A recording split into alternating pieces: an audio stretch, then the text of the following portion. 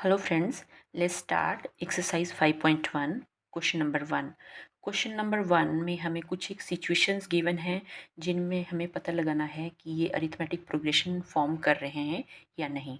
So question number 1 first part is the taxi fare after each kilometre when the fare is ₹15 for the first kilometre and ₹8 for each additional kilometre. So इस question को हमें देखना है कि इसमें arithmetic progression form हो रहा है कि नहीं। So first of all because this is related with the distance, so suppose ये हमें एक लाइन गिवन है जिस पे कि डिस्टेंस को कंसीडर कर सकते हैं। According to the question he saying जो फर्स्ट किलोमीटर ट्रैवल करेंगे उसके लिए आपको जो फेयर पे करना है वो ₹15 है and after that for each subsequent kilometre आपको ₹8 पे करने हैं एडिशनल। सो इस लाइन पे अगर हम डिस्टेंस कंसीडर करते हैं, सपोज़ ये ए टू बी हमें 1 किलोमीटर डिस्टेंस है, इसको ट्रैवल करके हमें पे करने हैं ₹15। उसके बाद जितने भी किलोमीटर्स कवर होते जाएंगे उनमें हमें 15 के बाद ₹8 फॉर ईच किलोमीटर ऐड करते जाना है। So from this we can understand that हमें स्टार्टिंग फर्स्ट किलोमीटर के लिए ₹15 पे करने हैं। अकॉर्डिंगली जो फर्स्ट टर्म है हमें वो ₹15 दैट इज़ ये हमें फर्स्ट टर्म का काम करेगी। नेक्स्ट किलोमीटर के लिए फॉर एग्जांपल बी टू सी जाने के लिए अगेन हमें 15 में ₹8 और ऐड हो जाएंगे। देन सी टू डी जाने के लिए भी ₹8 और ऐड होते जाएंगे एंड सो ऑन, ये चलता जाएगा। सो वी कैन सी हमें यहाँ पे फर्स्ट टर्म है 15 एंड जो डिफरेंस रेगुलर इन इसमें हम ऐड करते जाएंगे वो at 8।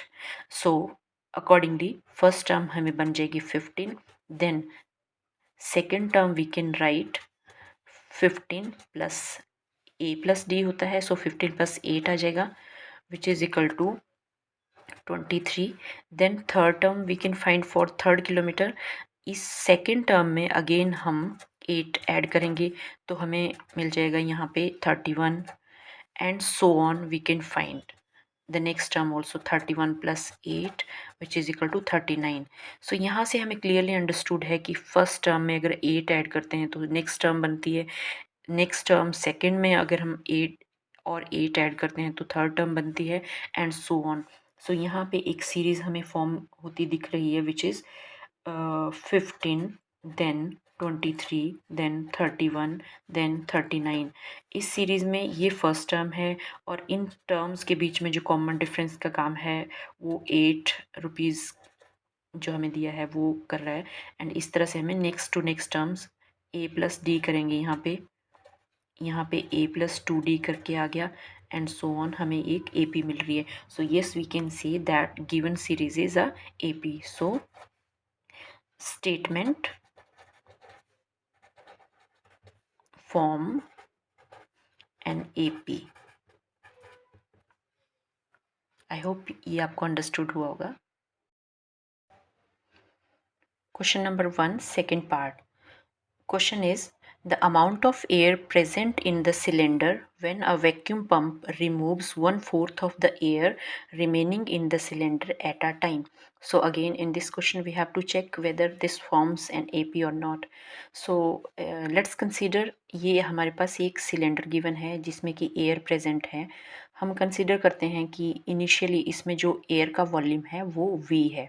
So first initial volume of cylinder हम कंसिडर करेंगे V। देन बिकॉज क्वेश्चन में गिवन है कि after every stroke 1/4 of the air उसमें से रिमूव कर देते हैं।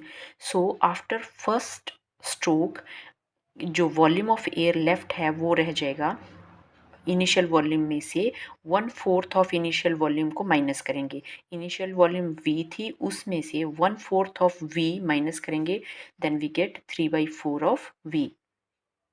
अब सेकेंड स्ट्रोक में जो रिमेनिंग वॉल्यूम बचा और रिमेनिंग वॉल्यूम अब हमें 3/4 ऑफ V बचा है, इसका 1/4 फिर से सेकेंड स्ट्रोक में हम रिमूव करेंगे।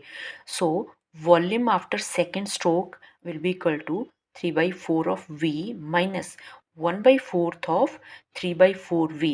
सो इसको जब हम सॉल्व करेंगे यहाँ पे this is coming here 3/4V minus 3/16V। LCM यहाँ पे 16 आ जाएगा, सो उसको सॉल्व करके हमें मिलेगा 9v/16 और 9 और 16 जैसे परफेक्ट स्क्वायर नंबर्स हैं, so we can write this fraction 3/4 whole square v and so on. So हमें जो फर्स्ट वॉल्यूम टर्म थी वो v थी, सेकंड हमें जो मिली आफ्टर कैलकुलेशन वो 3/4v है, एंड थर्ड टर्म है 3/4 whole square v। So from these, first a1 which is equal to v, second a2 which is equal to 3/4 v, a3 which is equal to 3/4 whole square v, in and so on। In terms से clearly understood है कि जो common difference आएगा a2 minus a1 will not be equal to a3 minus a2, so we can say that given situation is not a AP. So third part of the question number 1, the cost of digging a well after every meter of digging, when it costs rupees 150 for the first meter and rises by rupees 50 for each subsequent meter। So in this question again हमें एक well को digging करना है, जिसमें कि अगर 1 metre आप digging करते हो तो ₹150 आपको कॉस्ट लगता है, और एवरी मीटर फर्दर डिगिंग करने के लिए आपको ₹50 पे करने हैं। इट मीन्स 1 मीटर डिगिंग करने पे ₹150 कॉस्ट आएगा, and for the subsequent metres आपका जो कॉस्ट है उसमें ₹50 और ऐड होता जाएगा। सो यहाँ से क्लियर है कि जो कॉस्ट ऑफ फर्स्ट मीटर है, cost of digging first metre, it is equal to ₹150, and cost of digging subsequent meter,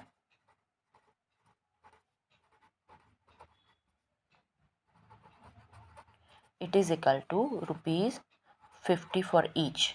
सो यहाँ से क्लियर है कि जो फर्स्ट नंबर है, therefore जो आपके पास फर्स्ट नंबर हुआ, first number will be equal to 150 and difference will be equal to ₹50। सो यहाँ से हम कैलकुलेट कर सकते हैं, जैसे आपका फर्स्ट टर्म a1 आ जाएगा 150, देन a2 आ जाएगा आपका a plus d that is equal to 150 plus 50 equal to 200, a3 आ जाएगा a plus 2d that is 150 plus 2 into 50 that is equal to 150 plus 100 which is equal to 250। so and a4 we can calculate a plus 3d which will be equal to 150 plus 3 into 50 which is equal to 150 plus 150 that is equal to 300। so हमारे पास जो पहली term आई वो 150 है, second term is 200 and third term is 250, fourth is 300। so we can see here clearly 150 then 200 250 300 सभी में एक common difference जो आ रहा है वो equal है। so yes we can say that the situation is an AP, situation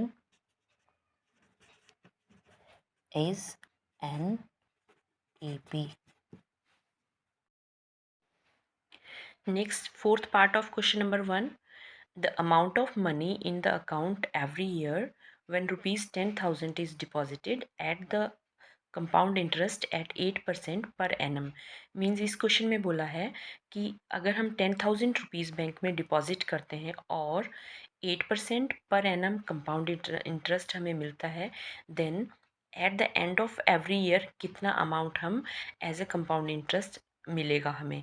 सो वो हमें कैलकुलेट करना है। उसके लिए as we know compound interest का फॉर्मूला होता है P into 1 plus R/100 raised power n, where P principal amount होता है, R उसका रेट ऑफ इंटरेस्ट होता है, और N means number of years कि कितने टाइम तक, कितने ईयर्स तक हमने बैंक में डिपॉजिट किया है प्रिंसिपल अमाउंट। सो यहाँ पे क्वेश्चन में हमें प्रिंसिपल अमाउंट की वैल्यू 10,000 है, रेट ऑफ इंटरेस्ट 8% है, and we have to calculate कि ये एवरी ईयर कितना हमें कंपाउंड इंटरेस्ट मिलेगा, और फिर हमें चेक करना है कि वो एक एपी फॉर्म करता है या नहीं। सो अगर हम फर्स्ट ईयर के लिए कैलकुलेट करते हैं, so N will be equal to 1, N is equal to 1 means for first year compound interest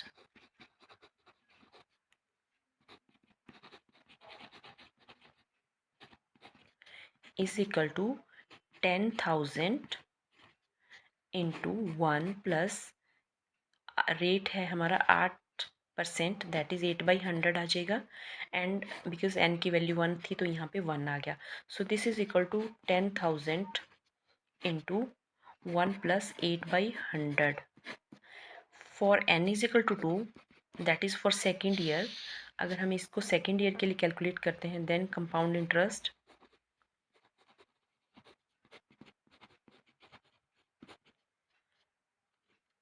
is equal to 10,000 into 1 plus 8/100 and power 2 आ जाएगा। Similarly for n is equal to 3, हमें compound interest जो total है that will be equal to 10,000 into 1 plus 8/100 power 3. So all these three terms we can see clearly.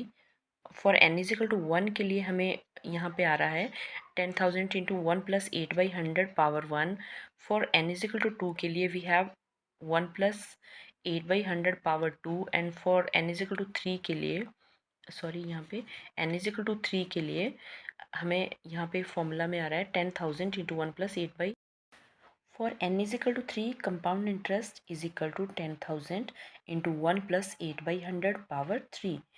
So from these equations 1, 2 and 3, यहाँ से clear है कि जो compound interest की values का डिफरेंस है, that is equation 2 minus 1 will not be equal to equation 3 minus 2, जो कि हमें कॉमन डिफरेंस की वैल्यू बताएगा।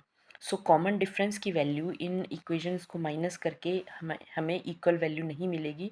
सो वी कैन से दैट जो गिवन सिचुएशन है उसमें हमें कोई एक एपी फॉर्म होती नहीं दिखेगी। So we can clearly mention that this will not form an AP.